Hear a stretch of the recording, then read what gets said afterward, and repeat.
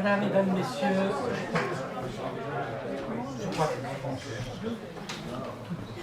le verre est plein. Enfin bref, donc je vous remercie d'être venus pour cette conférence. On l'organise après notre assemblée générale. Il y avait une petite hésitation sur l'heure, mais c'est 15h30, donc nous y sommes.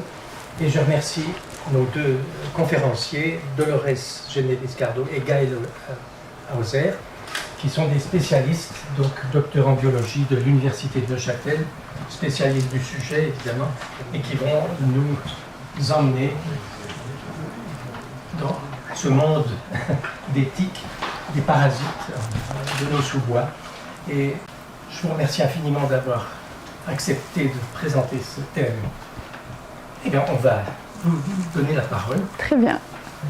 Je dis encore juste une chose, c'est que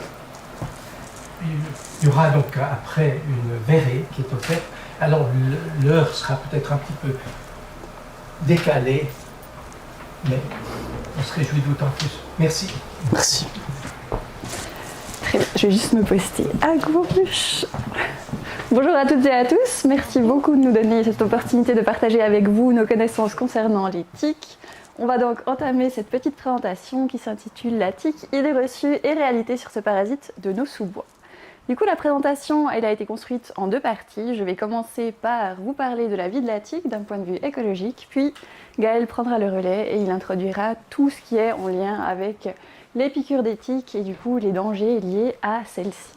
Au cours de cette présentation, on va donc essayer de parler de certains mythes qui concernent la tique et de déconstruire ceux qui ne sont pas tout à fait corrects. Très bien. Donc, en réalité, la tique, c'est une grande catégorie d'organismes. Il existe plus de 800 espèces différentes de tiques et pour cette présentation, on va principalement s'occuper d'une espèce qui porte le nom d'Ixodes ricinus ou la tique à mouton. Cette tique est la tique la plus présente en Suisse, bien qu'en Suisse, on dénombre quand même plus de 25 espèces différentes. Quelques points de description concernant cet organisme. Déjà, un petit peu de classification. C'est un organisme qui fait partie de la famille, enfin plutôt du groupe des arthropodes, puisqu'il possède un squelette externe dur. C'est une arachnide également qui porte donc 8 pattes, et finalement, elle fait partie du groupe des acariens, mais plutôt des acariens de grande taille, puisqu'elle est visible à l'œil nu. Elle fait partie du groupe des Ixodidés, donc des tiques dures, puisqu'il existe aussi dans la nature des tiques qui sont toutes molles, qui peuvent aussi être dangereuses pour l'homme. Et puis, bien que ce soit un petit organisme, elle peut vivre entre 3 et 6 ans, et ça va beaucoup varier en fonction des conditions climatiques, de la présence des hôtes, mais en général, il lui faut quand même bien 3 années pour compléter son cycle. Regardons cette petite bête d'un tout petit peu plus près. Alors, vous la connaissez, mais peut-être que vous n'avez pas l'habitude de la voir d'aussi près. On reconnaît bien qu'elle possède ses 8 pattes, il s'agit bien d'un arachnide. Elle possède sur sa face dorsale un bouclier caractéristique que l'on voit là. Et puis sur sa face ventrale se trouve donc un orifice anal et un orifice génital qui va permettre à cette femelle de se reproduire. Finalement, sur la partie du dessus, on va retrouver les organes qui lui permettent de se nourrir avec les palpes, qui sont des organes sensoriels qui permettent à la tique de trouver la meilleure zone où pouvoir piquer. Et puis, vous voyez ici l'hypostome, qui est donc l'outil principal qui permet à la tique de se nourrir. Au cours de sa vie, une tique va passer par 3 stades différents. Elle sera tout d'abord une petite larve qui mesure moins d'1 millimètre. Et celle-ci a la caractéristique de posséder 6 pattes uniquement. Elle deviendra plus tard une nymphe. La nymphe, c'est le stade que l'on rencontre le plus fréquemment quand on va se promener en forêt. Et ensuite, celle-ci deviendra adulte. Et vous le voyez, au sein des adultes, on a ce qu'on appelle un dimorphisme sexuel, c'est-à-dire que le mâle et la femelle ont des caractéristiques morphologiques un petit peu différentes. La femelle est beaucoup plus grande que le mâle, elle possède d'ailleurs des pièces buccales plus imposantes car celle-ci devra prendre un très grand repas sanguin pour ensuite pouvoir produire ses œufs. D'un point de vue écologique, sans grande surprise, il s'agit d'un parasite. C'est un ectoparasite, c'est-à-dire qu'il reste sur l'extérieur du corps de son hôte et ne va pas complètement rentrer à l'intérieur de celui-ci. Elle se nourrit de sang, elle fait donc partie des hématophages. La tique Ixodes ricinus n'est pas un organisme très très difficile puisqu'on l'a retrouvée sur près de 300 espèces différentes de vertébrés, donc des organismes qui possèdent une colonne vertébrale. Et chez nous, on peut donc la retrouver sur plein d'espèces différentes de mammifères, d'oiseaux et même de reptiles. Elle est capable de se glisser entre les écailles de ces animaux pour aller leur prendre un peu de leur sang.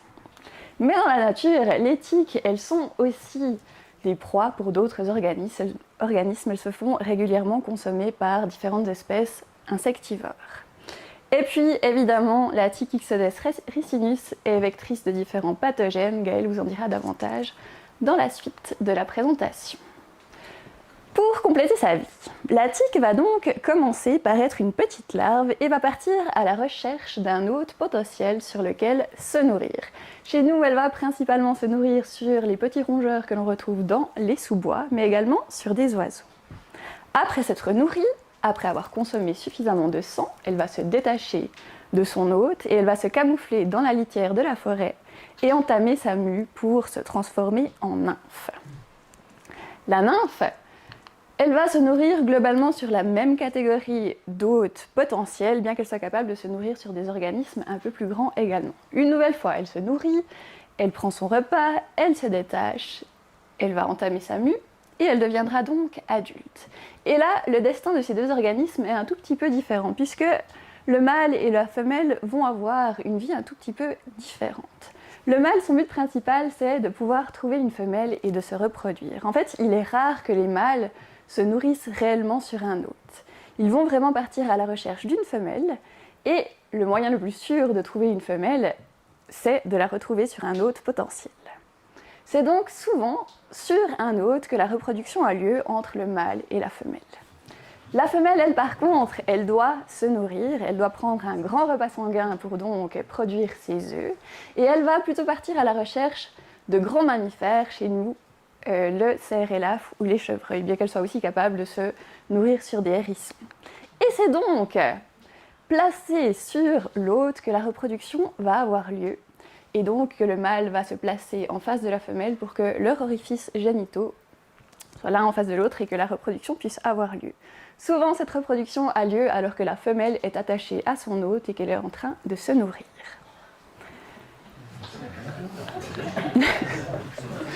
Suite à ce repas, la femelle est gorgée, pleine de sang, elle va se détacher, elle va se camoufler une nouvelle fois dans la litière et elle va pouvoir pondre ses œufs. Sachez qu'une seule femelle peut pondre entre 2000 et 3000 œufs.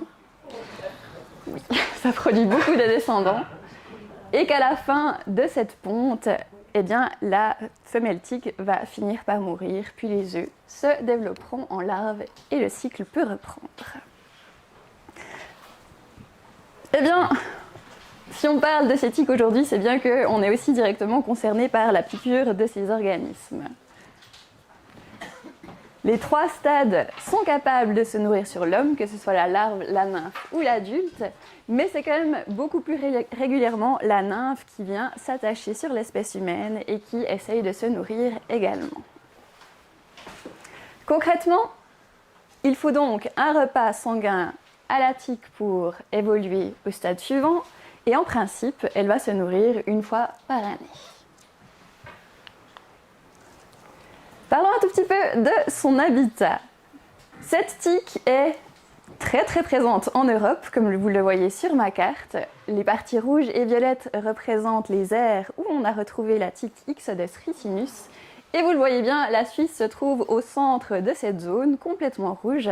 En réalité, la Suisse entière est une zone à risque pour ce parasite. Enfin, pas tout à fait, puisque la tique rencontre quand même quelques limitations concernant les zones qu'elle peut habiter. On va la retrouver jusqu'à 1500 mètres d'altitude et rarement au-delà. Enfin, quoique, on va encore en discuter un petit peu après. Pendant longtemps, on a pensé qu'au-delà de 1000 mètres ou à 1000 mètres, il n'y avait pas de tique. Ce n'est actuellement plus du tout le cas. Il faut faire attention jusqu'à 1500 mètres. Elle va se retrouver principalement dans des forêts de feuillus ou mixtes, donc avec des conifères en bordure de forêt, parfois dans des prairies si elles ne sont pas trop exposées au bord de rivières. Et puis, elles peuvent aussi se retrouver en zone urbaine, dans des parcs, des cimetières, des jardins privés, si ces zones se trouvent à proximité d'une forêt. Les facteurs qui vont justement venir expliquer la présence et l'activité des tiques, il y en a 3 principaux, c'est l'humidité relative, la température et évidemment la présence d'hôtes. Pour qu'une tique soit très active, il lui faut idéalement une humidité relative qui soit supérieure à 80%. En dessous, elle va être moins active parce qu'elle souffre fortement de la sécheresse. C'est un organisme qui craint absolument le sec et dès le moment qu'il fait trop sec, elle va venir se recacher dans la litière où il fait généralement un peu plus humide. Pour la température, on estime qu'il faut qu'au moins une fois dans la journée, la température ait atteint 10 degrés pour que la tique soit vraiment active. En dessous, elle va une nouvelle fois se cacher sous la litière et rentrer dans une espèce d'hibernation pour se protéger du froid de l'hiver. Et puis donc la présence d'hôtes, comme je vous l'ai dit, pour qu'elles puissent se nourrir. Ce qui fait qu'en fait, on peut décrire l'activité des tiques en fonction des saisons. Sachez que le printemps, c'est la meilleure saison pour la tique, puisqu'il commence de nouveau à faire un peu plus chaud, il fait humide, elle se réveille de sa pause hivernale et elle est à la recherche de son premier repas sanguin. On en trouve vraiment en abondance pendant le printemps. L'été, c'est un peu compliqué pour la tique. Il fait souvent un petit peu trop chaud, un petit peu trop sec. Elle va plutôt avoir tendance à se cacher, à ne pas sortir à cause justement de cette sécheresse. Par contre, si on a un été qui est plus pluvieux, plus humide, les tiques sauront sortir et partir à la recherche d'un repas. L'automne est une deuxième saison durant laquelle les tiques sont globalement assez actives puisqu'on retrouve une humidité qui est plus importante. Et finalement, en hiver, la tique, elle fait ce qu'on appelle une diapause, qui est une espèce d'hibernation où elle se cache sous la litière et elle va attendre que ces mois un peu plus frais passent et elle va donc ralentir son métabolisme pendant ce moment-là. Il est donc plus rare de trouver des tiques en hiver. Mais ça, eh bien, c'est pas impossible que ça évolue. Voici une représentation du coup de l'abondance des tiques en fonction des stades de vie, la larve, la nymphe et l'adulte en fonction des mois. Et l'on voit bien que en fonction du stade, les pics sont un tout petit peu décalés.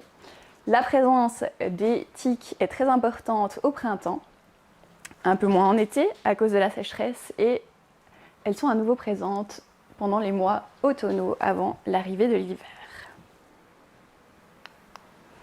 Évidemment, ces 3 facteurs principaux sont en train d'évoluer puisque globalement on subit un réchauffement climatique et ce réchauffement climatique il va avoir des impacts sur 3 points principaux qui concernent du coup l'aire de répartition des tiques, la latitude, l'altitude et la saisonnalité. Du point de vue de la latitude, ça ne va pas changer grand-chose pour la Suisse puisque tout le pays est déjà colonisé. Par contre, les pays qui sont plus au nord de nous, en Norvège, on a recensé déjà une augmentation de la présence des tiques au nord, sur plus de 100 km maintenant par rapport à ce qu'il y avait il y a une vingtaine d'années. Donc les tiques sont vraiment en train de coloniser la partie nord de notre planète. Par contre, là où on va être un tout petit peu plus affecté en Suisse, c'est au niveau de l'altitude, puisque avec le réchauffement climatique, les tiques sont présentes de plus en plus haut dans nos montagnes. Une récente étude qui a eu lieu dans les Alpes italiennes a recensé des tiques jusqu'à 1800 mètres d'altitude. Et donc on voit vraiment une belle évolution de la présence des tiques en hauteur. C'est pas non plus impossible du coup qu'il se passe l'effet inverse pour les parties qui sont très basses, qu'on retrouve moins de tiques à basse altitude à cause des chaleurs et de la sécheresse qui pourraient aussi suivre. Finalement, ce réchauffement climatique va certainement et est en train d'influencer la présence des tiques en fonction des saisons. On voit de plus en plus de tiques actives en hiver, puisque nos hivers sont de moins en moins froids. Et puis, à l'inverse, on pourrait retrouver un peu moins de tiques en été si les étés continuent d'être chauds sur de longs mois. Avant de céder la parole à Gaëlle, j'aimerais encore vous parler d'un comportement qu'on décrit comme étant la quête chez la tique et qui est donc le comportement qui décrit comment est-ce que la tique peut se retrouver sur un hôte et se nourrir sur celui-ci. Voici une représentation d'une forêt. Parfois, on pense que les tiques peuvent nous tomber sur la tête car elles attendent dans les arbres. Eh bien, ce n'est pas vrai. La tique, elle attend exclusivement dans la végétation basse, postée sur des brindilles ou sur des herbes, le passage d'un hôte. On va rarement trouver des tiques qui sont postées à une hauteur qui excède les 1 mètre. La hauteur, par contre, de ces tiques est variable sur les herbes. Plus la tique est à un stade juvénile dans son développement, plus la tique se rapproche du sol. À l'inverse, une adulte va plutôt être en hauteur puisqu'elle essaye plutôt de se retrouver sur un hôte de plus grande taille. On dit que la tique, elle est en embuscade. La tique Ixodes ricinus, c'est un petit peu une flemmarde. Elle ne va pas vous courser, elle ne va pas vous chasser, elle va attendre que vous passiez à proximité et s'agripper sur vous. Je vous raconte ça parce qu'il existe des tiques en Afrique qui sont de véritables chasseuses et qui courent après leur hôte. Nous, on a de la chance chez nous, quand même, elles ne courent pas après, elles attendent notre passage. Quand une tique est en embuscade, elle fait ceci. Elle va lever ses 2 premières paires de pattes, car sur ses pattes se trouvent des organes qui lui permettent justement de sentir la présence d'un hôte. Cet organe, il est capable de sentir plusieurs choses, car ces tiques sont aveugles, elles doivent miser sur d'autres sens pour détecter la présence des hôtes potentiels. Elle est capable de sentir des variations de la présence de dioxyde de carbone, donc ce que l'on rejette quand on respire. Elle peut sentir des vibrations, elle peut aussi sentir l'augmentation de la température s'il y a la présence d'un hôte, et puis finalement, elle peut aussi être sensible à l'apparition soudaine de l'ombre, tous des indicateurs qui pourraient donc être signe qu'un hôte se trouve à proximité et qui fait qu'elle est encore plus aux aguets et plus prête à s'accrocher si un hôte devait passer par là. Si un hôte est passé à proximité d'une tique, celle-ci ne va pas immédiatement piquer. En principe, elle va se promener un certain temps sur son hôte, ça peut prendre jusqu'à 1 heure, pour qu'elle trouve la zone adéquate et idéale pour piquer. La tique va donc rechercher une zone où la peau est plutôt fine et une zone qui n'est pas trop exposée, plutôt humide. Donc pour l'espèce humaine, ça va être de préférence les aisselles, l'arrière des genoux, des zones qui sont plus humides, où la peau est assez fine également. Et donc, pour permettre à la tique de pouvoir s'attacher, elle va utiliser ses pièces buccales. Vous avez donc ici une représentation zoomée sur la partie avant de la tique, où vous voyez, oups, je sais pas du tout ce que je voulais faire, où vous voyez donc sur le côté ici les palpes qui sont donc ces organes qui permettent à la tique de sentir les zones où il y a la présence de sang à proximité, de vaisseaux sanguins. Et puis, une fois que la tique a trouvé son endroit, elle va utiliser ses calycères, qui sont des espèces de couteaux pour vraiment créer une incision, et elle va enfoncer son hypostome à l'intérieur. Au travers de l'hypostome, la tique va être capable de sucer le sang, mais elle va aussi injecter de la salive. Et cette salive, elle est très intéressante puisqu'elle se compose d'un tas de protéines différentes qui ont des propriétés très importantes pour la tique, puisque dans cette salive se trouve un anesthésiant qui va faire en sorte que l'hôte ne ressente pas la piqûre. Évidemment, c'est quand même plus malin, plus pratique pour la tique de ne pas être trouvée et repérée avant de s'être accrochée. Il y a aussi un anticoagulant pour que le sang continue de s'écouler et qu'elle puisse continuellement se nourrir. Et puis, il y a aussi certaines protéines qui vont jouer le rôle de ciment pour vraiment ancrer l'hypostome, que la tique ne soit pas facilement retirable. C'est plutôt bien fait. Et puis finalement, la durée du repas sanguin va beaucoup varier en fonction du stade. Il faut quand même plusieurs jours pour que la tique soit pleinement repue. Et donc, c'est la femelle adulte qui va rester le plus longtemps accrochée pour qu'elle ait pleinement eu son repas. Et c'est aussi celle qui prend la taille la plus imposante après son repas, puisque vous voyez ici la femelle non gorgée avant qu'elle se soit nourrie, et cette même femelle après qu'elle ait pris son repas sanguin. Donc sa masse va être multipliée par 100 ou 200 fois après qu'elle ait terminé son repas sanguin. Ouais, alors, elle se fait plaisir. Et c'est donc à travers ce repas sanguin que la tique peut parfois transmettre certains pathogènes. Je donne la parole. Merci. Alors, on va parler maladie. Donc on va faire le tour des principales maladies, enfin de ce qu'on considérait en tout cas jusqu'à lundi dernier, si vous avez suivi les différents articles sur les tiques en début de semaine, ce qu'on considérait comme étant les principales maladies transmises par les tiques en Suisse. En premier lieu, bien sûr, la borréliose de Lyme, ensuite l'encéphalite à tique, MEVE pour méningoencéphalite verno-estivale, FSME c'est la même chose en allemand mais je vais vous l'épargner, et puis TBE pour tick-borne encephalitis donc en anglais. Et puis, je vais vous parler ensuite du syndrome alpha-gal. Donc, c'est aussi une pathologie qui est induite par les tiques et qui concerne la consommation de viande rouge. On en parlera aussi à la fin. Et puis, les dernières nouveautés, alors là, c'est par rapport à l'article qui est sorti en début de semaine pour ceux qui l'ont suivi. Donc, la borréliose de Lyme, c'est une maladie bactérienne causée par cette bactérie-là en forme d'hélice. Et donc, c'est le complexe d'espèces qu'on appelle Borrelia burgdorferi. En réalité, il y a plusieurs espèces dans ce complexe. Et on a au moins 6 espèces qui sont pathogènes pour l'homme, qui peuvent déclencher une maladie. Et puis, les symptômes précis vont dépendre en partie justement de l'espèce qui nous aura infectés. Mais les stades de la maladie suivent plus ou moins le même schéma, peu importe l'espèce de ce complexe. Les hôtes naturels, donc dans la nature, Borrelia est présente, on ne fait pas partie intégrante vraiment du cycle de vie de cette Borrelia, de cette bactérie. Elle peut très bien vivre sans nous et on la trouve dans les petits mammifères, des oiseaux dans la nature.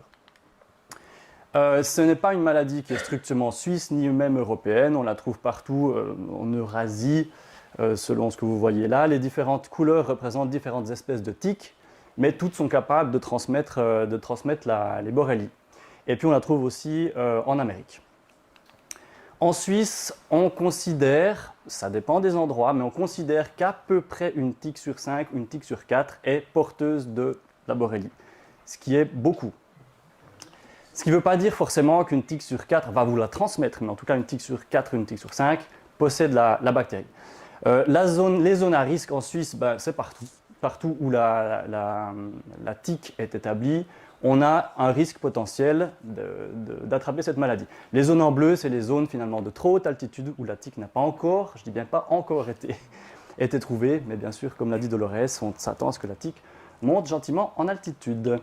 Il y a des estimations qui disent qu'on a à peu près 10 000 personnes infectées par la borréliose chaque année en Suisse, ce qui est considérable.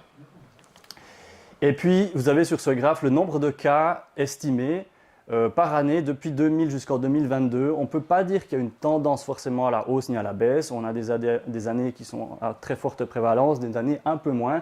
Mais globalement, la situation semble rester stable.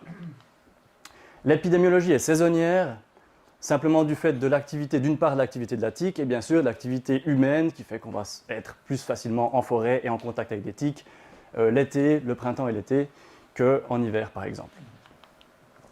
La transmission à l'homme, donc là c'est juste pour l'échelle, vous voyez ici, ça c'est une larve, voilà, la nymphe et puis la femelle adulte, le mâle adulte ne va pas nous piquer. Il y a trois possibilités pour qu'une tique nous transmette la borréliose. La première possibilité, c'est la possibilité d'une larve non infectée qui va prendre son premier repas sanguin sur un mammifère qui lui est infecté. En allant piquer ce mammifère, elle va acquérir la bactérie. Ensuite, une fois qu'elle a fini son repas de sang, elle va muer, se transformer en nymphe. Et cette nymphe va du coup se retrouver, elle, infectée. Et quand cette nymphe va prendre son repas sanguin, elle peut infecter à ce moment-là un humain. La deuxième possibilité, c'est simplement la même chose reportée au stade d'après. Donc une nymphe non infectée qui pique un petit mammifère, qui va s'infecter par ce biais-là, qui va se transformer en adulte et l'adulte va transmettre le pathogène aux humains. La dernière possibilité, c'est la transmission de la maladie par une larve. C'est beaucoup plus rare parce que pour qu'une larve puisse nous transmettre la maladie, il faut que cette larve soit infectée. Donc, une larve, par définition, ne s'est pas encore nourrie. Donc, pour que ça soit possible, il faut que la tique adulte soit infectée, qu'elle ponde des œufs et qu'elle transmette la maladie à ses œufs, qu'elle transmette le pathogène à ses œufs. Et les œufs, eux, vont directement être infectés, ce qui fait que la larve, en sortant, va directement être infectieuse. C'est des cas qui sont documentés, mais qui sont extrêmement rares, qu'on rencontre seulement dans des cas exceptionnels. le mécanisme de transmission de la bactérie est assez particulier et ça vaut la peine de faire un peu le tour, qu'on comprenne ce qui se passe quand une tique infectée nous pique. Donc ici, vous avez une tique. Là, ici, vous avez juste, pour représenter 2 bactéries. Et puis, cette espèce de chemin violet foncé, c'est son estomac à la tique. Et puis, sur les côtés, en violet plus clair, vous avez les glandes salivaires de la tique. Donc, imaginons une tique infectée qui possède la bactérie dans son estomac, qui va piquer un humain. Qu'est-ce qui va se passer au début, elle va ingérer un peu de sang, et ce sang va activer la bactérie dans l'estomac de la tique. Cette bactérie va se multiplier dans l'estomac de la tique, ce qui prend un certain temps. Une fois que les bactéries se sont multipliées dans l'estomac, elles vont migrer dans les glandes salivaires. Et une fois seulement cette migration terminée, depuis les glandes salivaires, elles peuvent être transmises parce que la tique ne va pas régurgiter son estomac en piquant. Par contre, c'est le contenu des glandes salivaires, c'est la salive qui va être infectieuse. Et tout ce cycle-là prend un certain temps. Ce qui fait que pour la borréliose de Lyme, on considère qu'une tique ne peut pas transmettre la borréliose si elle n'est pas en train de piquer pendant au moins 12 heures à 16 heures. Avant, c'est biologiquement impossible. Ensuite, qu'est-ce qui se passe si une tique a vraiment réussi à transmettre le pathogène?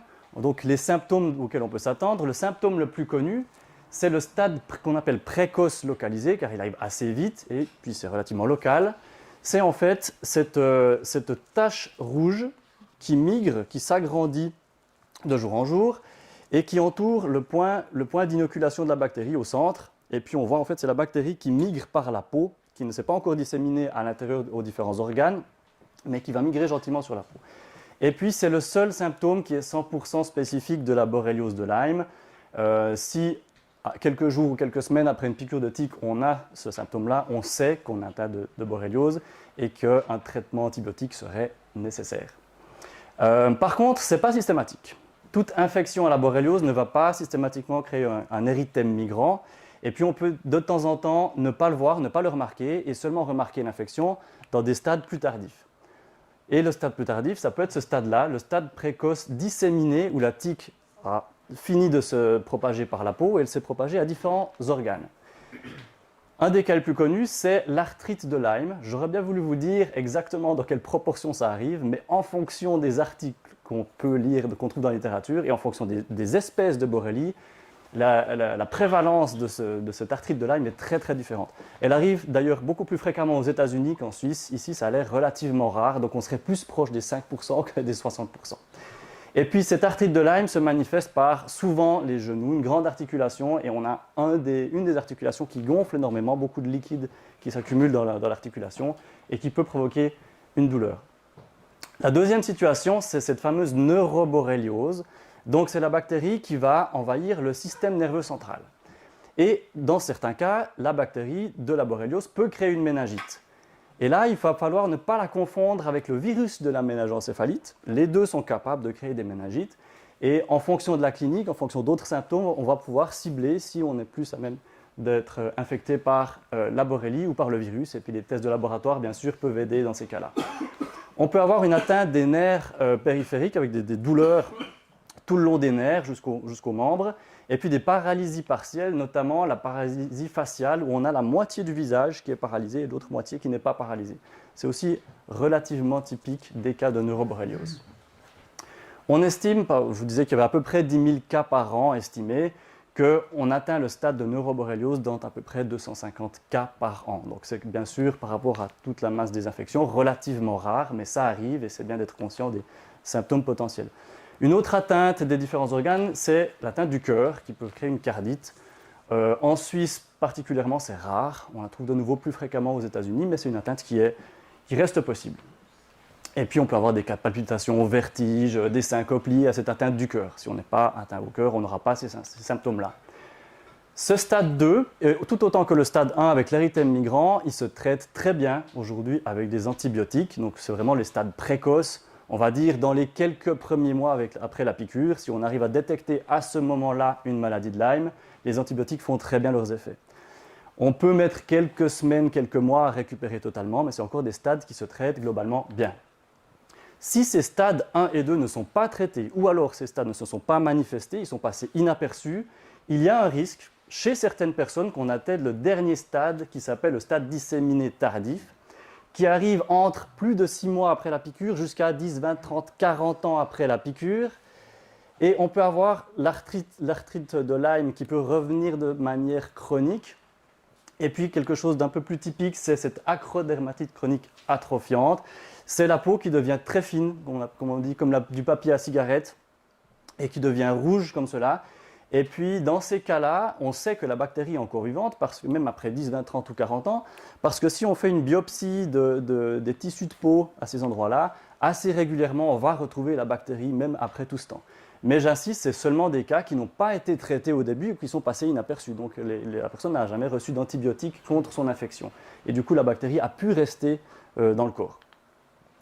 On peut avoir aussi la neuroborréliose chronique, donc la même neuroborréliose qu'au départ, mais justement qui se développe ou qui revient de temps en temps très tardivement. Et là, avec des symptômes un peu différents, une rigidité du tronc et des membres, paralysie partielle des membres, altération cognitive. Et là, c'est un peu plus méchant, on aime un peu moins ça parce que si ça a duré tant d'années, c'est qu'on a des dommages qui peuvent avoir été faits au système nerveux du fait de l'inflammation chronique qui a duré longtemps. Et même après une prise d'antibiotiques, alors l'antibiotique peut éliminer la bactérie. Par contre, les dommages qui auraient été causés par l'inflammation, eux, restent et peuvent créer des séquelles qui sont de longue durée. Donc l'antibiotique sera efficace. Par contre, on peut mettre soit très longtemps à s'en remettre à ce stade-là, soit, si des dommages ont vraiment causé des séquelles, certains symptômes peuvent être irréversibles. La vaccination, donc bien sûr, on aimerait tous s'en protéger. On a eu un vaccin il y a une vingtaine d'années qui a été retiré du marché pour certaines controverses liées à la sécurité de ce dernier. Mais tout récemment, donc c'est un article de 2022, on a un vaccin qui est dans sa dernière phase de test, qui est développé entre autres par Pfizer. Donc c'est un vaccin à ARNM. Et puis, le but, c'est une commercialisation d'ici 2025. Donc, c'est vraiment des choses qui sont en cours, qu'il faut se tenir, je pense, au courant et qui pourraient être, étant donné la prévalence de la maladie, qui pourrait être une bonne idée d'envisager, bien sûr, en fonction des résultats des études cliniques. Quelques fausses idées. Donc, la maladie de Lyme, elle a été, justement à cause de ces symptômes qui peuvent arriver de longues années après, on a tendance assez facilement à la voir comme une maladie fourre-tout, une fatigue qui intervient 10 ans après une piqûre de tique. On va c'est peut-être une maladie de Lyme. Attention, ça reste une maladie qui peut se diagnostiquer, donc il faut éviter de mettre dans cette maladie tout symptôme qui intervient après une piqûre de tique, même des années après. Donc déjà, la première fausse idée dont j'en ai parlé, quand une tique pique, il faut un certain temps pour qu'elle puisse transmettre la borréliose. Si une tique n'est restée que 1 ou 2 heures sur votre peau, il n'y a aucune chance que vous soyez infecté. La deuxième chose qu'on entend de temps en temps, c'est que la bactérie peut échapper au traitement. Actuellement, il n'y a pas du tout d'évidence que cette tique soit résistante aux antibiotiques. On n'a pas vu de résistance aux antibiotiques, pour que la borrélie soit résistante aux antibiotiques. Et on n'a aucune évidence non plus que la borrélie puisse se cacher quelque part dans le corps et ressurgir. Donc les cas où on a une borréliose tardive, c'est vraiment une borréliose qui n'a pas été traitée, une personne qui n'a pas reçu d'antibiotiques, et à ce moment-là, la bactérie est restée dans le corps et peut surgir des années plus tard. Mais si les stades 1 et 2, qui sont les stades précoces, sont traités, ce genre de cas ne doit en principe pas arriver, on n'a pas d'évidence là-dessus. La maladie de Lyme chronique, c'est un terme qui est justement ce fameux terme fourre-tout, où n'importe quel symptôme qui intervient des années après une piqûre, on a tendance à l'associer à une maladie de Lyme chronique. Aujourd'hui, on préfère parler de 2 termes différents. C'est soit la late Lyme disease, donc c'est ce stade disséminé tardif dont j'ai parlé avant, où là vraiment on a un diagnostic médical d'une atteinte où on retrouve la bactérie souvent dans des biopsies ou dans les tissus. Et puis on peut caractériser cette maladie, ou alors c'est des gens qui ont été traités et qui après ce traitement continuent d'avoir certains symptômes plus de 6 mois après la fin du traitement. C'est souvent des cas, justement, qui sont dans ce stade 3, où on a une atteinte inflammatoire qui a provoqué des dégâts sur les nerfs, et à ce moment-là, on a des séquelles qui peuvent durer très longtemps. Et puis, il faut bien séparer les deux pour éviter de penser qu'après le traitement, la bactérie reste et continue de faire des dégâts, pour pouvoir justement traiter les gens de la bonne manière. Et puis, on a aussi entendu qu'un traitement aux antibiotiques dans des maladies de Lyme chronique, il serait nécessaire de le prendre sur 6 mois, 8 mois, 1 année. De nouveau, actuellement, on n'a pas d'évidence qu'un traitement antibiotique de plus de 4 semaines soit d'une quelconque utilité pour traiter la maladie de Lyme. On va passer à la deuxième maladie, la méningoencéphalite. Et donc c'est un virus du genre des flavivirus comme la dengue, le West Nile virus ou encore le Zika.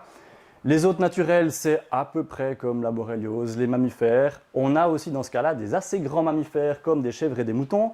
Vous verrez plus tard que ça peut avoir une importance assez grande. La répartition de la maladie, c'est une maladie qui est eurasienne. On a 3 sous-types de ce virus. Là aussi, les symptômes dépendent en fonction du sous-type. On a hérité du sous-type européen, et puis c'est le sous-type qui est largement le moins dangereux parmi les autres sous-types de ce virus. La prévalence chez la tique, donc rappelez-vous, c'était entre 20 et 25% pour la borréliose de Lyme. Là, on estime que ce virus est présent chez à peu près 0,5% des tiques. Ça dépend beaucoup des foyers épidémiques. On a des endroits où la prévalence peut être un peu plus élevée, ou alors des endroits où le virus est absent de la tique. En Suisse, voilà les zones qu'on estime actuellement un peu plus à risque. Donc c'est très localisé. Ces foyers épidémiques peuvent bouger d'une année à l'autre aussi. Et puis, on considère que tous les cantons suisses peuvent être touchés, ou en tout cas possèdent des tiques qui ont ce virus actuellement. On a à peu près 250 cas déclarés chaque année. Par contre, là, on a une assez nette augmentation. Donc, c'est un virus qui risque de prendre de l'importance dans les années à venir. Et puis, il faut bien garder en tête qu'il existe et puis que les symptômes qu'il peut provoquer lorsqu'on est piqué par une tique. La transmission à l'homme, alors, une première différence qu'on a, par rapport à la transmission de la maladie de Lyme, c'est que là, c'est beaucoup plus fréquent qu'une larve soit déjà infectée par le virus. Donc la transmission qu'on appelle transstadiale depuis la mère jusqu'aux œufs, jusqu'aux larves, est plus fréquente pour le virus de l'encéphalite que pour la maladie de Lyme. Et pour les autres situations, alors on répète le même schéma que pour la borréliose de Lyme, la tique va s'infecter auprès de mammifères, et puis quand le prochain stade s'attaque à un humain, alors elle peut transmettre le virus. Un autre chemin de transmission, c'est via les produits laitiers non pasteurisés qui viennent justement des brebis, fromage de chèvre. Et on a eu des cas où justement toute une famille était par hasard infectée au même moment par l'encéphalite atique, ce qui est très bizarre et ça exclut presque d'office que toute une famille soit infectée, chacun a eu sa tique au même moment, qui a été infecté, qui a transmis le virus. Et en investiguant, il semblerait que ce soit issu d'une raclette avec du fromage de brebis non pasteurisé, et puis la famille a été infectée par ce biais-là. Donc ça arrive, c'est rare, mais c'est des cas qui peuvent arriver. Donc ce n'est pas une maladie qui est strictement transmise par la tique. Une autre différence par rapport à la maladie de Lyme, c'est que le virus peut être transmis dès le début de la piqûre. Il n'y a pas cette période de latence de 12 à 16 heures pour que la transmission soit possible. Dès le début, on a une transmission qui est possible. Bien sûr, ensuite, plus la tique reste longtemps accrochée, plus elle va pouvoir transmettre de virus. Si ce virus est transmis, il ne faut pas non plus dramatiser la situation parce que 75 à 95% des cas d'infection sont asymptomatiques, donc notre corps est capable de s'en défendre relativement bien. Maintenant, qu'est-ce qui se passe chez les 5 à 25% restants? Donc, dans la première période après la piqûre de tique, où se passe l'infection, on a une première période d'incubation d'à peu près une semaine, où il ne va rien se passer, on ne va rien ressentir. Et ensuite, on a la phase 1, qui dure à peu près une semaine aussi, où là, on va pouvoir détecter le virus dans le sang si on le recherche, et les symptômes sont assez standards d'une grippe. On peut avoir de la fièvre, mal à la tête, se sentir fatigué. Et puis, souvent, les symptômes disparaissent comme ils ont commencé, et on a une nouvelle phase asymptomatique, de nouveau une semaine, et puis chez les 2/3 des gens qui sont infectés, qui ont eu ces symptômes grippaux, ça s'arrête là. On a réussi à se défendre contre le virus. Chez le tiers restant, c'est là où ça devient plus dangereux, c'est que dans ce tiers restant, on peut avoir des syndromes neurologiques qui apparaissent dans cette phase 2. Le virus, on ne le trouve plus dans le sang. Par contre, on a des effets d'infection. On peut avoir une méningite, donc une infection de l'enveloppe du cerveau, ou une méningoencéphalite, donc vraiment le cerveau lui-même qui a une inflammation.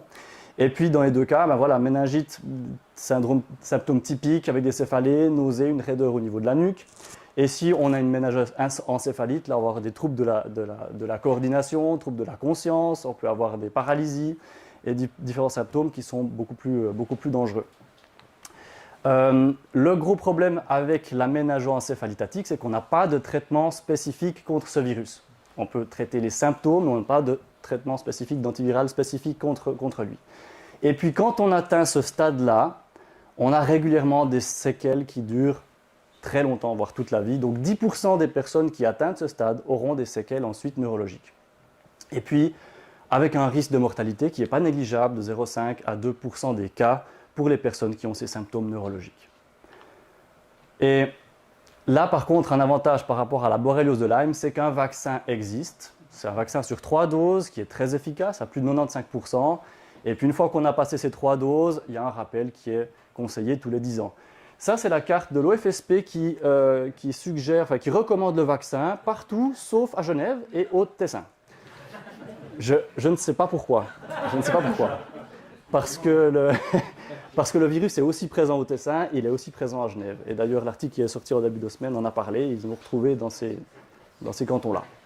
Donc, par contre, même au Tessin à Genève, sauf erreur, c'est aussi remboursé par votre caisse maladie, donc faites-le. Voilà. Si je fais un petit tableau comparatif rapidement pour ces deux maladies les plus emblématiques transmises par les tiques, donc pour la prévalence chez la tique, alors là, la borréliose de Lyme est beaucoup plus prévalente chez la tique, une tique sur 4 à une tique sur 5, où on a entre guillemets seulement 0,5% des tiques qui seraient infectées par le virus de la méningoencéphalite. Risque de transmission en cas de piqûre, la borréliose de Lyme, on a ce petit délai de 12 à 16 heures pour enlever la tique avant qu'elle nous transmette sa bactérie, tandis que pour la méningoencéphalite, on a un risque d'infection directe dès que la tique pique. Vaccin, actuellement, on n'a plus de vaccin pour la borréliose, mais on en aura peut-être de nouveau un d'ici quelques années. Il faut rester attentif à ça. Et on a un vaccin très efficace pour l'encéphalite à tique qui est fortement recommandé. Traitement, on a des traitements antibiotiques qui fonctionnent bien contre la borréliose de Lyme, surtout pour les stades précoces qui arrivent assez rapidement après la piqûre. On n'a pas de traitement spécifique pour l'encéphalite à tique. La borréliose de Lyme est pas mortelle, ou on va dire très exceptionnellement, bien sûr, si on a des personnes fortement immunosupprimées avec différentes pathologies en même temps, on ne peut pas exclure qu'une surinfection peut provoquer un décès, mais sinon, ce n'est pas mortel. Par contre, oui, on a 0,5 à 2% de mortalité pour les cas de méningoencéphalite avec syndrome neurologique. Les séquelles sont assez fréquentes dans les cas de méningoencéphalite avec symptômes neurologiques. Pour la maladie de Lyme, la guérison peut être longue, donc ce n'est pas simplement en prenant des antibiotiques qu'on va être guéri en 1 à 2 semaines. Et plus le stade est avancé dans la maladie, plus on a des chances de garder certaines séquelles ou avoir une rémission qui est vraiment très, très rallongée. Donc voilà en gros pour la comparaison de ces deux maladies présentes en Suisse, des deux principales. Et on va parler d'un autre syndrome provoqué par les piqûres de tiques, qui est le syndrome alpha-gal, et qui concerne, comme on le voit, la viande rouge. Alors ce syndrome a une histoire assez particulière, qui est assez intéressante, c'est assez récent aussi. Entre 2007 et 2009, ils ont eu des cas aux États-Unis de personnes qui se plaignaient, après avoir ingéré de la viande, de faire des réactions spéciales, d'avoir des plaques rouges sur le corps, d'avoir les lèvres qui gonflent par exemple, des symptômes digestifs, et qui avaient de la peine à chaque fois qu'ils mangeaient de la viande, qui ressentaient ces symptômes. Et puis toutes ces personnes avaient un point commun, c'est qu'ils ont été piqués par une tique.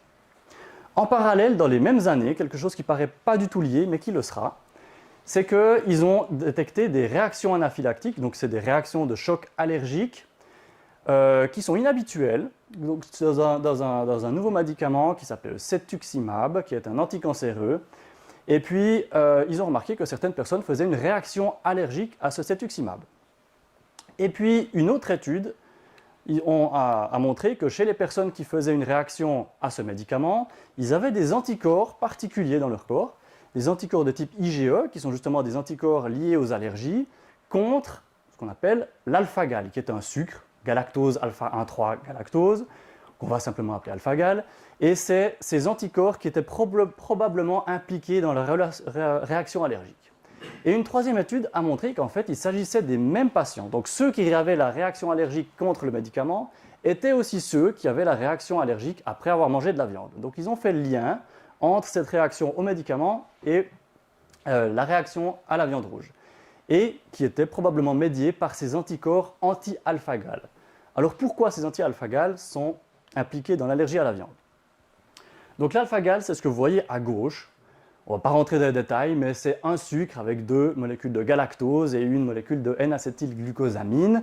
Juste à côté, vous avez, à titre d'exemple, l'antigène du groupe sanguin B. C'est juste pour montrer qu'en fait, c'est aussi un récepteur qui se trouve, un antigène qui se trouve à la surface des cellules, ça ici, et cette molécule alpha-gal se trouve aussi à la surface des cellules, mais chez les mammifères non primates. Ça veut dire que nous n'avons pas cet alpha-gal, mais quasiment tous les autres mammifères non primates, ils ont cet alpha-gal à la surface de leurs cellules. Et puis, malchance ici, c'est que là, vous avez le cetuximab, donc ce médicament ici, qui est un anticorps, et dans cet anticorps, il y a 2 molécules d'alpha-gal. Raison pour laquelle ceux qui avaient des anticorps contre l'alpha-gal réagissaient justement contre le médicament. Et puis là, vous avez l'exemple d'une cellule sanguine bovine, et vous avez un alpha-gal ici, à la surface de cette cellule sanguine, et il y a aussi à la surface de pratiquement toutes les autres cellules de ce mammifère, ce qui fait qu'une personne qui avait les anticorps réagit aux cellules de mammifères et réagissait aux médicaments. Donc voilà l'alpha-gal qui se trouve à la surface des cellules de mammifères, hors humains et autres primates. Donc pourquoi la tique est liée à ça? Il se trouve que l'alpha-gal, ce sucre, a été trouvé dans l'estomac et la salive des tiques. On n'est pas encore sûr de savoir pourquoi. Une possibilité, c'est que les tiques, lorsqu'elles prennent un repas sanguin sur un mammifère, ils vont ingérer cet alpha-gal. Et donc l'alpha-gal se retrouve dans l'estomac. Maintenant, pourquoi l'alpha-gal se retrouve aussi dans la salive des tiques, là c'est plus dur à expliquer. C'est juste un sucre, donc c'est difficile d'imaginer que le sucre va migrer et retrouver les glandes salivaires, mais on ne sait pas. Pourquoi pas? Une autre théorie là-dessus, c'est que les bactéries qui sont naturellement présentes dans la salive des tiques produisent l'alpha-gal. Mais ça, c'est encore au cours de recherche, on ne sait pas exactement pourquoi cet alpha-gal se trouve dans la salive. Toutefois, on sait que quand la tique pique, elle peut transmettre cet alpha-gal, et comme l'humain n'a pas d'alpha-gal, il va se retrouver face à un sucre qui lui est étranger. Et il y a toutes les chances que face à ce sucre, il développe des anticorps anti-alpha-gal de différents types, dont les fameux IgE qui peuvent être responsables des allergies.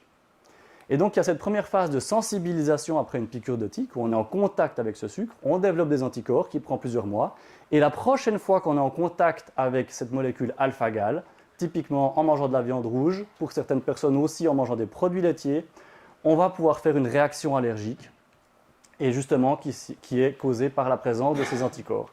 C'est une réaction allergique qui est particulière, parce que si vous avez une réaction allergique, par exemple, vous êtes allergique aux crevettes et que vous mangez des crevettes, dans les minutes qui suivent, vous savez que vous avez mangé des crevettes. Vous réagissez extrêmement rapidement. Par contre, pour l'alpha-gal, c'est une réaction allergique retardée. Et donc, c'est 3 à 6 heures après le repas qu'on commence à avoir des symptômes. C'est pour ça que ça a mis du temps aussi, pour les personnes qui étaient affectées, de se dire « Ah, mais c'est peut-être le repas que j'ai mangé 3 à 6 heures avant qui me fait ces symptômes. » Parce qu'on va prendre un repas, on va faire plein d'activités, on va être en contact avec des gens, et c'est seulement après « Ah, j'ai des plaques rouges, c'est bizarre, qu'est-ce qui se passe ?» Et ça a mis du temps à faire le lien entre justement ce qui provoquait l'allergie et les symptômes ressentis. D'ailleurs, les symptômes qui sont reportés pour les personnes qui souffrent de l'alpha-gal sont très variés aussi. Donc, l'urticaire, l'anaphylaxie qui sont très typiques de l'allergie. Par contre, on a d'autres choses, diarrhée, maux de ventre, les nausées, difficultés respiratoires, tout, gonflement des lèvres, de la gorge, des paupières, ça peut être déjà un peu plus ressemblant à des symptômes allergiques. Étourdissement, d'autres patients ont reporté de l'anxiété, fatigue, dépression, irritabilité, donc une vaste gamme de symptômes, ce qui a aussi compliqué le fait de caractériser cette atteinte-là comme une allergie et de retrouver la bonne cause à cette allergie.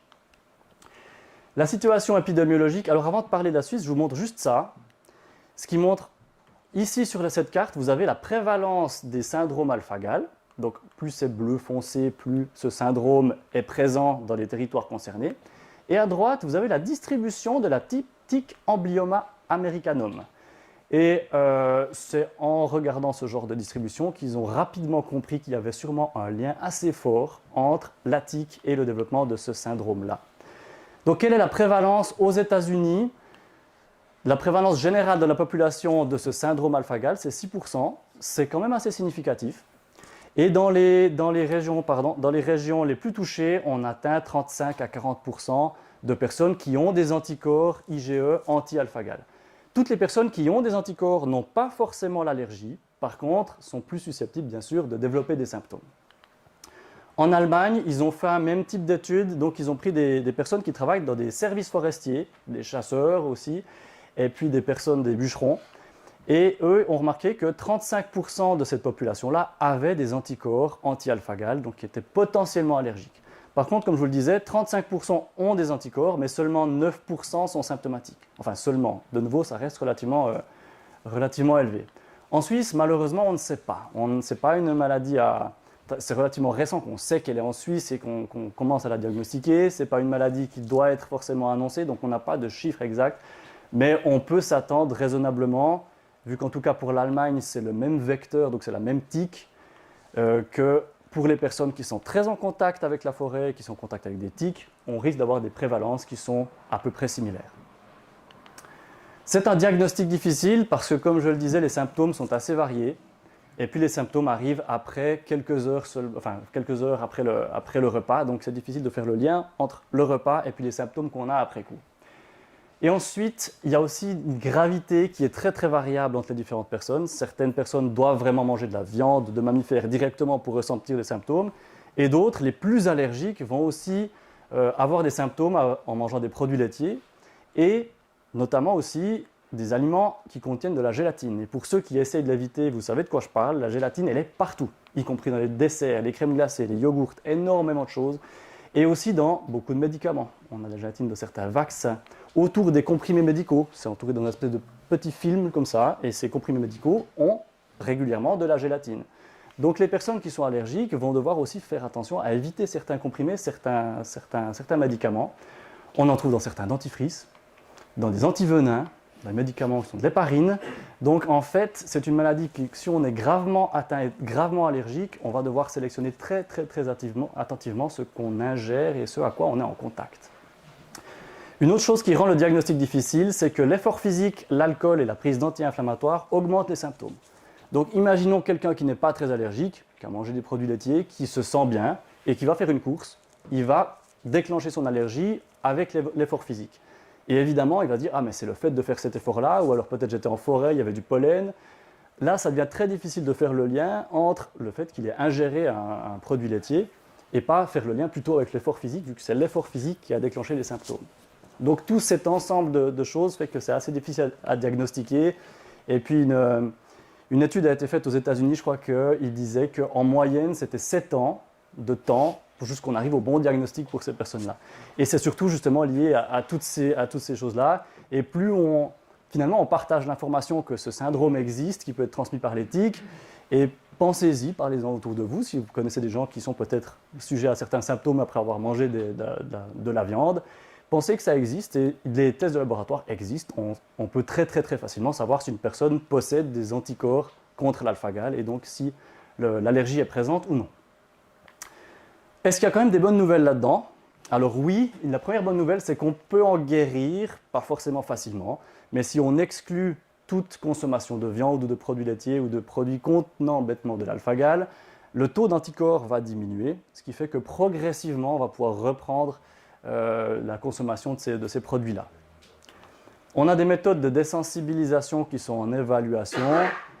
La désensibilisation, dans ce cas-là, c'est simplement c'est presque de l'homéopathie de viande, donc un bout de viande très dilué, et chaque jour, on augmente un peu la dose jusqu'à ce que notre corps s'habitue de nouveau à consommer de la viande. Et puis, les porcs GalSafe arrivent. Donc, c'est aux États-Unis, comme on peut s'en douter. La FDA aux États-Unis, qui est la Food and Drugs Administration, ils ont autorisé la manipulation génétique sur des porcs pour que les porcs ne synthétisent plus ce sucre alpha-gal. Donc, le premier but, évidemment, ce n'est pas de pouvoir manger un bacon sans alpha-gal, mais bien sûr, c'est pour surtout, en premier lieu, ce qui concerne les médicaments, qu'on puisse avoir de la gélatine qui est utilisée dans plein de choses qui soient issues de porcs qui n'ont pas cette molécule. C'est au stade de développement, on n'en trouve pas à la Migros et je pense qu'on n'en trouvera pas avant quelques années, mais c'est actuellement, aussi au vu de la prévalence aux États-Unis, c'est quelque chose qui est en recherche. Quelques autres maladies à tiques, je ne veux pas m'attarder là-dessus, mais on n'en a bien sûr pas que ces trois atteintes dont j'ai parlé. On a des choses qui sont beaucoup plus ponctuelles, mais qui arrivent aussi. On a la fièvre Q qui est transmise par la bactérie Coxiella burnetii. C'est quelque chose qu'on a, 50 cas par an à peu près en Suisse. Ça crée de petites épidémies. Par exemple, on peut avoir un troupeau de moutons qui est atteint par cette bactérie. Et ensuite, une transmission qui se fait soit par les tiques, mais pas exclusivement. Juste le contact avec ces animaux peut nous déclencher cette maladie. Et puis notamment, il y a une petite épidémie de fièvre Q dans le Lavaux en 2012. Donc c'est quelque chose qui est assez surveillé parce que le potentiel épidémique est assez important, mais le nombre de cas par année est relativement faible. La tularemie, encore une autre bactérie qui peut être transmise par les tiques, pas exclusivement les tiques, à nouveau le contact avec des animaux contaminés, manger de la viande mal cuite qui a cette bactérie peut provoquer la maladie avec des symptômes, souvent c'est des symptômes en tout cas qui commencent par des symptômes grippaux, mais dans certains cas, la maladie peut être mortelle quand elle n'est pas traitée. Ça concerne aussi à peu près 50 cas par an en Suisse. Anaplasmose, je n'ai pas trouvé d'informations sur le nombre de cas par an, ça reste relativement ponctuel aussi. C'est une bactérie qui va infecter nos globules blancs. Et puis, on sait que la prévalence dans les tiques, la prévalence estimée, c'est 1,7%, donc elle est présente, il y a un petit potentiel d'infection, mais de nouveau, c'est des cas assez ponctuels. Il y a d'autres maladies à tiques, à nouveau ponctuelles en Suisse, les rickettsioses. Les rickettsia sont un genre de bactéries, et on a tout un tas de différentes bactéries qui créent différentes maladies. En Suisse, on considère aussi que c'est très ponctuel. Par contre, une étude assez récente a montré que chez les patients qui sont atteints par la maladie de Lyme, souvent, ils ont en même temps des rickettsia dans leur corps. Donc, peut-être qu'il y a une synergie entre ces deux bactéries, donc la Borrelia pour la maladie de Lyme et les rickettsia, qui fait que peut-être les symptômes peuvent être augmentés, mais on est vraiment au stade encore de la recherche. On ne connaît pas exactement l'impact de ces rickettsia sur la maladie de Lyme ou bien alors sur la maladie spontanée, la rickettsiose en tant que telle, en Suisse. D'autres bactéries, des Ehrlichia qui créent les ehrlichioses, aussi des types de maladies très ponctuelles en Suisse. La babésiose, c'est un parasite, en fait ça ressemble un peu à la malaria, c'est un parasite, cette fois ce n'est pas une bactérie, qui va infecter les globules rouges. Donc, de nouveau, présence très ponctuelle en Suisse, mais ça existe. Mais tout ça, normalement ça aurait dû se terminer là. C'était avant ce fameux lundi 13 du 11, donc il y a à peine une semaine, où vous avez peut-être vu certains de ces titres passer en Suisse. Presque chaque tic peut potentiellement vous rendre malade. Ticks in Switzerland more dangerous than previously thought. Les tics transmettent plus de maladies qu'on ne le pensait, etc., etc. Alors qu'est-ce qui s'est passé ce lundi dernier? Il y a une étude qui est sortie, une étude très intéressante d'une équipe zurichoise, où ils ont étudié plus de 10 000 tics entre 2021 et 2022. Sur ces 10 000 tics, ils les ont regroupés par poules, donc ils ont fait des tas de tics, à peu près 50 tics, et ces 50 tics, ils les ont broyés à chaque fois, et dans ce broyat de tics, ils ont regardé qu'est-ce qu'il y avait comme pathogènes, des virus, des parasites, des bactéries, etc. Donc en gros, voilà l'idée de l'étude. Et puis, alors, on ne va pas passer tous les résultats en revue, par contre, ici, ce qu'on voit, c'est un tableau de résultats. Vous avez ici les espèces de bactéries, les rickettsia, dont j'ai parlé avant, Ehrlichia et Borrelia. Et tout en bas, vous avez un pourcentage, ici 70,8. Ça veut dire que 70% des poules de tiques qu'ils ont étudiées possédaient des rickettsia. 36,6 pour Ehrlichia et seulement 4,2 pour Borrelia. C'est assez loin des chiffres dont je vous ai parlé. On a ici des prévalences qui paraissent extrêmement élevées pour rickettsia, alors qu'on parlait juste avant d'une maladie plutôt ponctuelle en Suisse, ce qui est relativement étonnant. Mais il ne faut pas oublier que justement, ils ont étudié des poules de tiques. Donc on prend 50 tiques, on les broie, et il suffit qu'une à deux tiques possèdent des rickettsia, et le pool entier va sortir positif. Donc ça ne veut pas dire que 70% des tiques possèdent la bactérie, mais 70% des poules de tiques possédaient cette bactérie. Pour autant, à titre comparatif, ça reste intéressant de voir que ces bactéries ont l'air tout de même très bien représentées par rapport au Borrelia par exemple. Une autre chose qu'il ne faut pas oublier, c'est que ce n'est pas parce qu'on trouve un pathogène dans une tique que forcément ce pathogène va pouvoir être transmis et qu'on va pouvoir développer la maladie. Et ça, c'est aussi des choses qu'il faut garder en tête et qui vont nécessiter de la recherche pour savoir si ces bactéries ont un impact sanitaire ou non en Suisse. Et puis une phrase, là je suis presque un peu obligé de m'attarder dessus, c'est qu'une phrase qui est sortie dans quasiment tous les médias lundi, c'est celle-là. Parmi les tiques collectées dans les zones urbaines, 80,9 contenaient au moins un agent pathogène non viral. Attention, plus de 8 tiques sur 10 contiendraient un agent pathogène non viral. Maintenant, je vais vous sortir la phrase exacte tirée de l'article, qui est celle-là. 83,9 des poules ont été positifs pour au moins un pathogène non viral. Donc on parle vraiment 89% des tas de tiques qu'ils ont étudiés. Donc à nouveau, un tas de tiques qui avait une tique sur 50 affectée fait que le pool entier était positif. Et donc là, on a quand même une petite différence d'interprétation qui peut faire une grande différence quand on transmet des informations comme ça à large échelle. Donc ces poules, c'était justement ces groupes de 15 adultes ou 50 nymphes. Donc, il faut faire aussi un tout petit peu attention à ce qu'on ingère comme information, mais évidemment, là, il fallait aller assez loin pour vraiment savoir de quoi l'article parlait. Et d'ailleurs, les auteurs eux-mêmes ne s'en cachent pas du tout, et d'ailleurs l'étude est très bien faite, et ils en parlent ici en disant que les comparaisons entre leurs résultats et les résultats d'autres études, c'est difficile de comparer les résultats, étant donné qu'ils ont analysé des poules, et ils n'ont pas analysé les tiques individuellement. Donc voilà, c'était juste la parenthèse par rapport à ce qu'on a lu ce lundi. Une dernière chose, je vous rassure, c'est bientôt terminé. Une dernière chose, c'est un nouveau virus. Là aussi, ça a fait les gros titres parce que parmi tout ce qu'ils ont étudié comme pathogène dans ces 10 000 tiques, ils ont trouvé un virus qui s'appelle le virus Alongshan, qui est un virus très récent. Et ce virus a été retrouvé dans les tiques à presque 2 fois plus de prévalence que le virus de la méningoencéphalite. Donc ce virus est présent chez les tiques suisses. Maintenant, le problème, c'est qu'on ne sait pas exactement si c'est important ou pas. Il est présent chez les tiques. Est-ce que ça veut dire qu'il est transmissible à l'humain? Est-ce que ça veut dire que les humains seront malades via ce virus? On ne sait pas exactement. Ce qu'on sait de ce virus, c'est qu'il a été identifié en Chine il y a seulement 6 ans, chez des patients qui allaient à l'hôpital parce qu'ils avaient des symptômes de méningite, donc des symptômes qui ressemblaient à une infection à la méningoencéphalite, mais qui étaient négatifs à la méningoencéphalite. Il n'y avait pas le virus de la méningoencéphalite. Et ces patients, il y a eu des investigations qui ont été un peu plus poussées chez eux, et c'est chez eux qu'ils ont trouvé ce virus que vous voyez ici en vert dans des cellules. Et puis, ils ont estimé que peut-être ce virus crée justement ces symptômes qui ressemblent aux symptômes de la méningoencéphalite, mais qui n'étaient pas causés par le virus de la méningoencéphalite. Pour l'instant, la recherche en est là. Donc, on ne sait pas de manière certaine si c'est ce virus qui a créé ces pathologies. On suppose qu'il est transmis par la tique parce que justement, ça a été pris chez des patients qui se rendaient à l'hôpital après avoir eu une piqûre de tique et avoir eu des symptômes proches de la méningoencéphalite. Mais de nouveau, on n'a pas encore prouvé que le passage de la tique à l'humain existait. Par contre, voilà, donc c'est ce que j'ai écrit ici.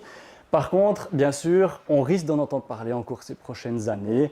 Probablement que ça ne va pas révolutionner la situation épidémiologique en Suisse, mais c'est tout à fait probable que ce virus ait quand même une petite application sur certains symptômes et certains cas qu'on peut avoir également en Suisse. Quelques conclusions sur ces 3 maladies, ou disons sur ce que j'ai présenté ici. Donc la tique est très rarement vraiment dangereuse en Suisse, mais elle n'est jamais anodine. Ça vaut la peine de noter quand on est infecté par une tique, par exemple, juste noter la date quelque part. Si des symptômes interviennent quelques semaines, quelques mois plus tard, ça vaut la peine de se souvenir qu'on a été piqué une fois. On peut se protéger de la méningoencéphalite via le vaccin. On peut guérir de la borréliose. Bien sûr, plus la borréliose est dans un stade avancé, moins on a des chances de s'en sortir rapidement et on peut garder certaines séquelles, mais on peut en guérir. Et peut-être bientôt, on pourra s'en vacciner. Parlez du syndrome alpha-gal autour de vous, parce que c'est un syndrome qui est encore peu connu et qui peut-être mériterait, certains patients pourraient profiter de la peine de se rendre chez son médecin pour se dire « j'ai été piqué par une protégée par rapport à ces maladies ». Et dernière chose, pour les sorties en forêt, le style a son importance. Sortez couverts, notamment avec le pantalon dans les chaussettes. Et je vais justement terminer avec quelques petites recommandations rapidement pour se balader avec le moins de risques possible. Donc là, le style risque d'en pâtir un petit peu. Maintenant, c'est juste des recommandations. À vous de faire comme vous pensez. Portez des vêtements clairs et couvrants. Les vêtements clairs, simplement parce qu'on voit plus facilement les tiques sur les vêtements clairs. Les enfants aussi, mettez des habits clairs. On va plus retrouver les tiques qui se baladent. Les chaussettes par-dessus le pantalon pour éviter que les tiques aillent se faufiler parce qu'elles aiment bien piquer au niveau des chevilles aussi.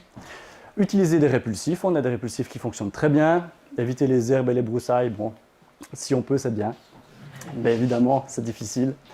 De retour de balade, changez les vêtements, examinez le corps attentivement. Voilà, des gestes simples mais qui permettent, en tout cas pour la borréliose, si on voit une tique, même si elle est accrochée depuis 1 heure, on sait qu'on n'a pas de risque au moins de borréliose si on arrive à l'enlever rapidement. Si une tique s'est fixée, bien sûr, retirez aussi rapidement que possible. Avec une pince à épiler, ça va très bien. Une pince à tique, bien sûr aussi. Le plus près de la peau possible. Un mouvement ferme. Ça ne sert pas forcément à grand-chose de tourner dans tous les sens, 3 fois dans le sens des aiguilles d'une montre. Ça ne va pas changer grand-chose. Juste retirer la tique, ça fonctionne très bien. Voilà, une petite image. Désinfecter et puis noter la date. Si bien sûr on a une apparition de symptômes dans les semaines ou les jours ou semaines qui viennent, consultez un médecin. Les antibiotiques peuvent régler le problème très facilement à ce stade-là, en tout cas pour la borréliose. Encore une petite chose, une question qui revient souvent, c'est qu'est-ce qui se passe si la tique, lorsqu'on l'enlève, le rostre reste dedans. Ce n'est pas la tête, en fait, les petits bouts qui servent à la pique à piquer. Qu'est-ce qui se passe? Ce n'est pas grave. Si jamais, c'est pas grave. Ça peut être grave si la tique, on l'a coupée en 2, puis il reste vraiment la moitié de la tique encore accrochée. Mais s'il reste juste le 1/5 de millimètre à l'intérieur noir, c'est juste un bout finalement de tique qui va être excrété par votre corps naturellement, qui n'est pas infectieux en soi, tant qu'on n'a pas laissé la moitié des glandes salivaires. Et vous avez vu que les glandes salivaires, d'ailleurs des tiques, se trouvent ici dans la partie orange. Elles ne sont pas dans ce petit bout de tête là. Donc si on laisse vraiment juste le bout, ce n'est pas forcément grave. Bien sûr, si on arrive à l'enlever, c'est mieux, mais pas forcément de raison de paniquer. Et dans tous les cas, restez attentif à tous les symptômes qui pourraient apparaître dans les jours qui suivent. Et puis cette fois... Éther, huile. Ah oui, oui, c'est vrai. On voit aussi sur certains sites utiliser de l'alcool, utiliser de l'huile, utiliser différentes choses sur la tique avant d'enlever. Ne faites pas ça. Déjà parce que ça ne sert à rien. Et puis, la deuxième raison, c'est que la tique pourrait réagir à ces produits en régurgitant. Et si elle régurgite, c'est juste plus d'infection potentielle pour vous. Donc, faites sans rien, ça ira très bien. Et cette fois, j'arrive enfin au bout. Merci beaucoup à tout le monde. Merci pour votre invitation ici. Merci pour les locaux. Merci à tous pour votre attention. Et on est bien sûr disponible pour toute question. Voilà.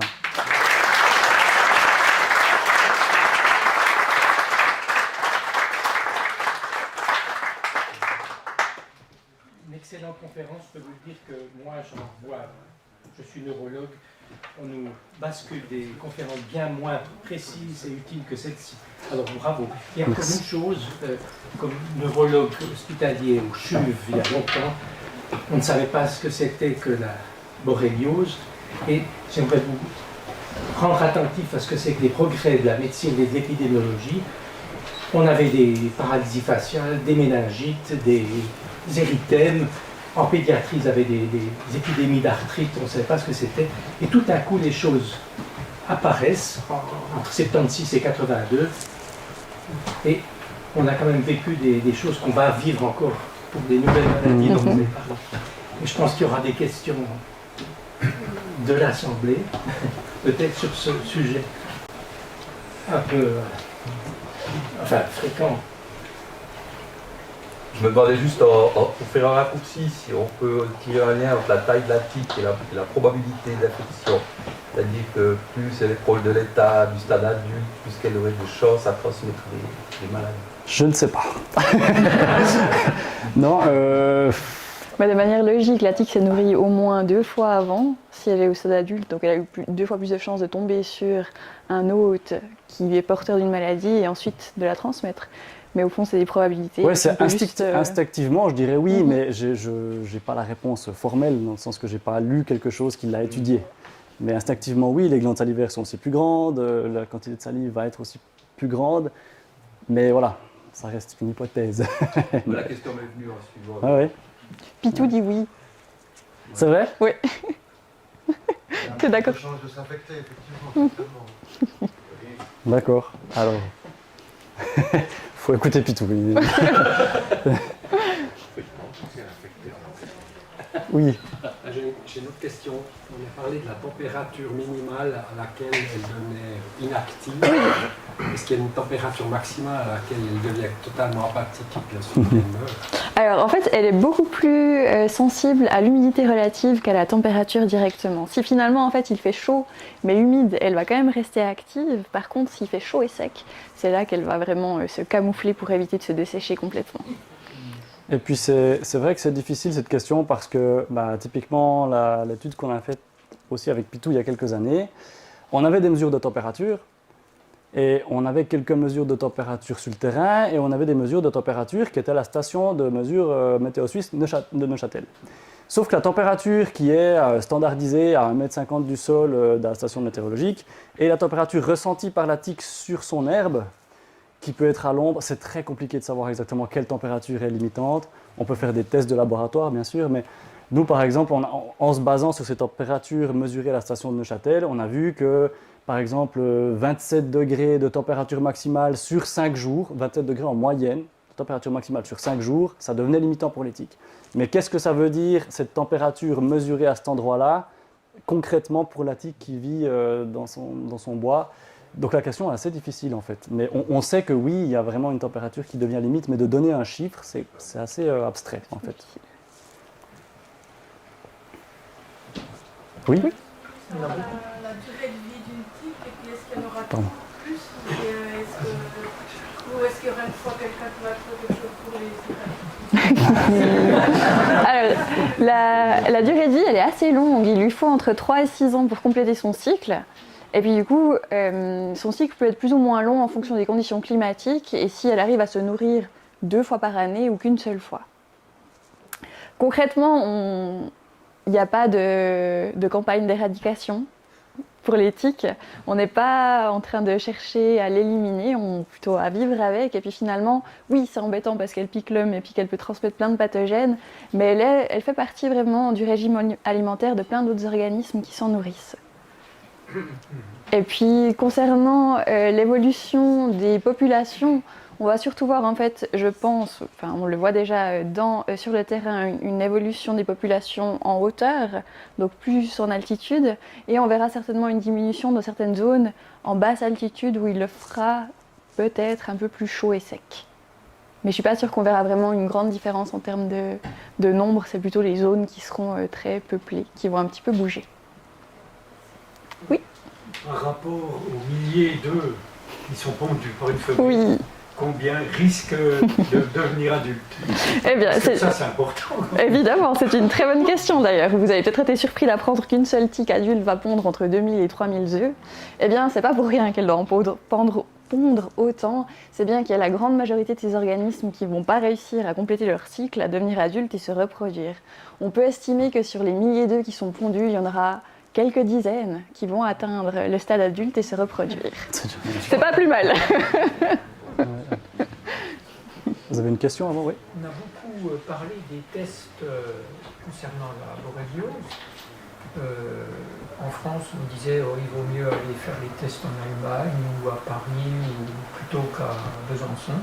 Alors, est-ce qu'il y a vraiment des tests qui sont faits pour identifier cette présence de la borréliose? Oui, en fait là ça dépend beaucoup du stade et puis des symptômes. Ça veut dire que typiquement si on a après 30 ans cette acrodermatite atrophiante, eh bien souvent on va se suffire d'une sérologie, donc savoir si on a eu des anticorps.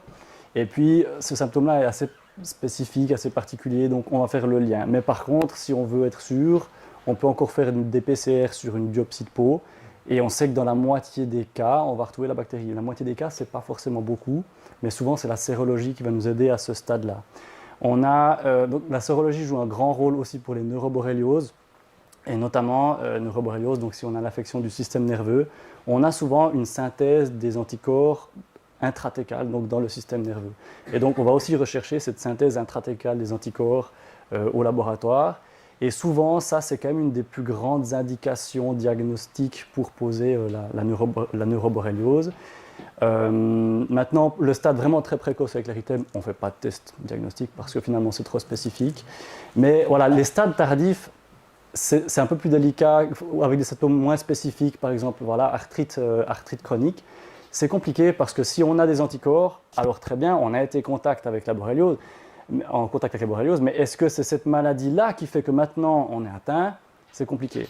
Si vraiment on a un doute, on peut essayer la PCR. Aussi dans les cas d'arthrite, de prendre du liquide synovial, de faire une PCR dans le liquide synovial. On peut retrouver la bactérie, mais c'est un peu comme les cas d'acrodermatite, c'est qu'on ne va pas la retrouver systématiquement. Si on la retrouve, tant mieux, on a une preuve. Sinon, je pense que dans ces cas-là, ça va être un traitement antibiotique pendant un mois et voir si les symptômes diminuent. Ce qui peut prouver indirectement l'infection dans ces cas-là, c'est qu'on va aussi regarder une cytokine qui s'appelle CXCL13, je crois. Et cette cytokine, donc une molécule inflammatoire, et cette molécule, elle réagit rapidement au traitement. Ce qui fait que si on va traiter à l'antibiotique le patient et qu'on voit que cette molécule CXCL13 a tendance à baisser rapidement, c'est une preuve de diagnostic indirect, un peu rétroactive, que c'était bien une borréliose. Mais oui, c'est vrai, le problème des tests sérologiques, c'est qu'on prouve seulement qu'on a eu un contact avec la bactérie, mais on ne prouve pas que cette bactérie est active maintenant, au moment présent. Donc on n'a pas encore de solution miracle, mais avec la combinaison des différents tests, on arrive à orienter. Voilà un peu où on en est. J'aurais une question concernant le vaccin qu'on administre aux enfants ou qu'on peut administrer aux enfants des 4 ou 6 ans. Est-ce que ça veut dire que les jeunes enfants ont une forme d'immunité ou pour quelle raison est-ce qu'on a fixé cette tranche? Oui, je ne suis pas certain de la réponse, mais le plus souvent c'est pour des raisons de précaution. Par précaution, on n'aime pas forcément donner des vaccins aux jeunes enfants pour simplement éviter que le vaccin puisse faire plus de mal que de bien parce qu'il est testé sur des adultes. Bien sûr, on n'aime pas vraiment tester des vaccins sur des enfants de trop bas âge. Donc souvent, pour des raisons de sécurité, on fixe des limites basses pour la vaccination. Et je ne suis pas sûr qu'il y ait une autre raison de ça et je ne vois pas de raison en termes d'immunité pour laquelle les enfants seraient résistants au virus. Pas du tout, en fait. Je ne pense pas. Voilà. Moi, je me demandais quels sont les prédateurs des tiques. Eh bien, assez. Alors, je crois que ça marche pas trop mal globalement parce que nos écosystèmes sont globalement plutôt sains et ça tourne plutôt bien. Et en fait, chez nous, on va retrouver plusieurs espèces d'oiseaux et de petits mammifères insectivores qui, donc ça peut être des fois des hérissons, qui vont se nourrir justement sur ces tiques. On a même retrouvé des fois d'autres espèces d'insectes qui pouvaient les consommer. Et puis actuellement, il y a quand même des études qui se font justement sur est-ce qu'il existerait un pathogène, enfin plutôt un prédateur plus efficace pour la tique. Et on a découvert que certains nématodes, des petits vers microscopiques, sont capables en fait de leur injecter une bactérie qu'elles ont naturellement dans leur estomac. Et cette bactérie, elle digère de l'intérieur la tique. Et la tique, elle meurt après quelques jours. Donc, des recherches se font quand même sur l'élimination des tiques, mais on est encore loin de vraiment commercialiser ce genre de prédateurs pour éliminer la tique. Mais naturellement, oui, elles se font quand même bien manger. Surtout qu'elle risque de se faire manger par n'importe quel prédateur qui mange une petite souris. Effectivement. L'hérisson moins, mais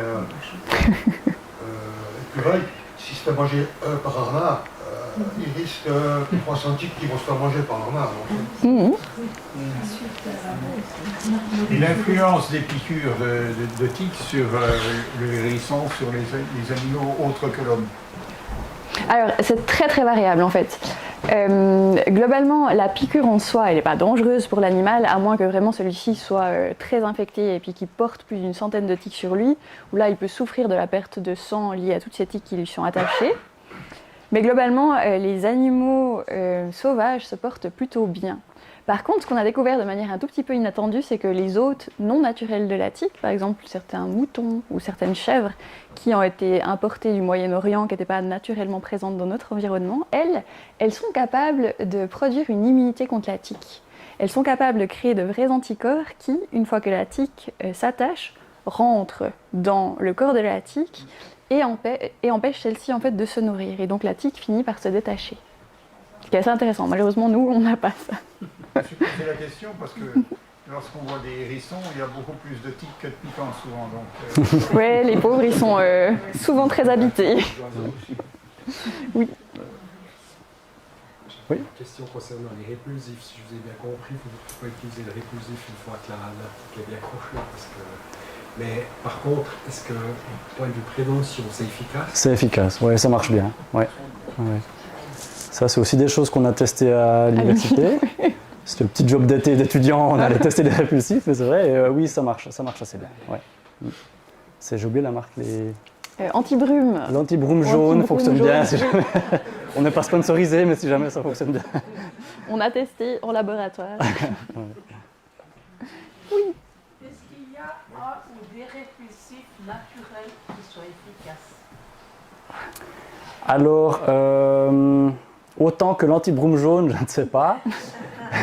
Mais en fait, tout bêtement, une bonne partie, pas tous les composés, mais une bonne partie des composés qui sont dans ces répulsifs commerciaux standards, ce sont des composés naturels avec des odeurs qui sont très irritantes, que les tiques n'aiment pas du tout.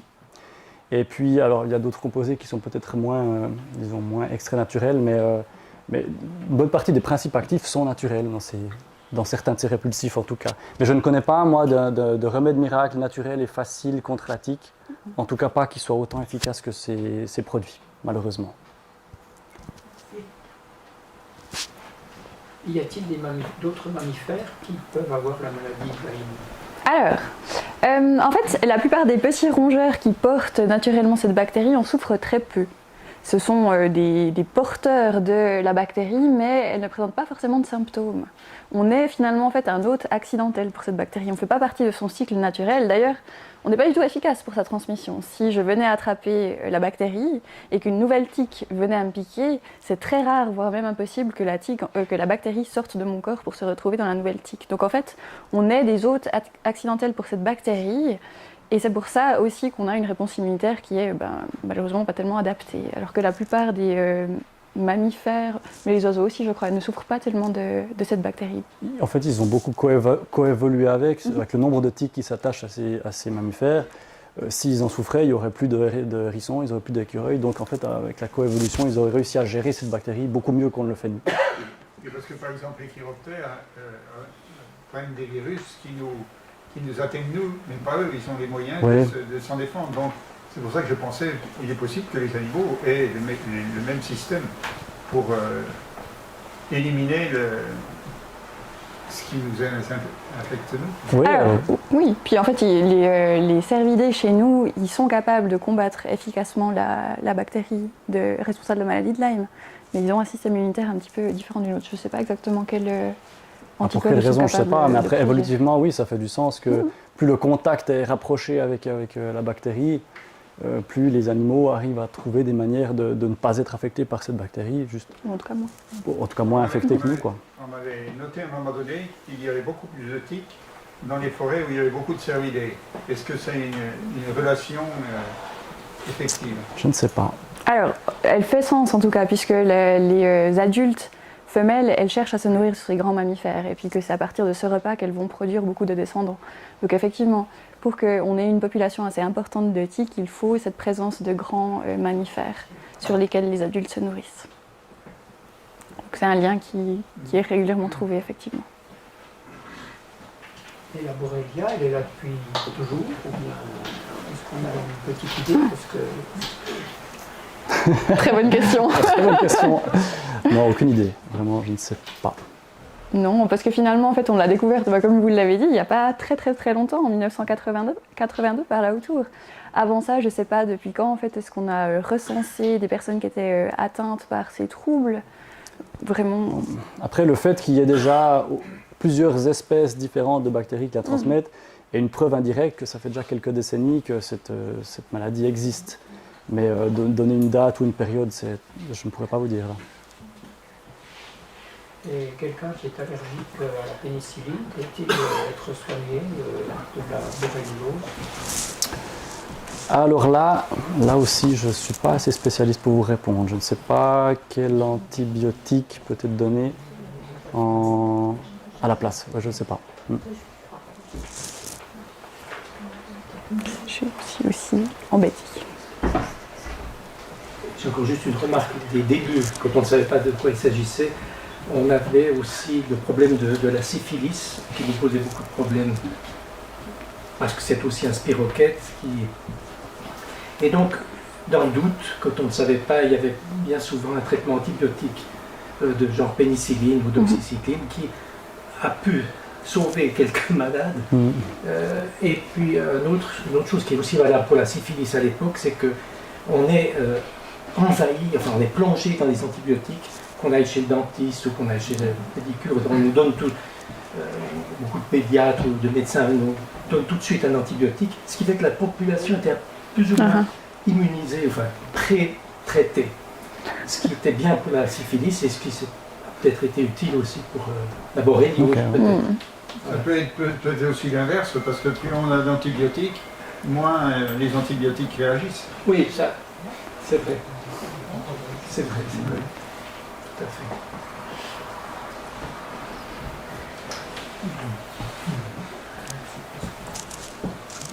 Très bien. Bon, bah merci. Merci beaucoup.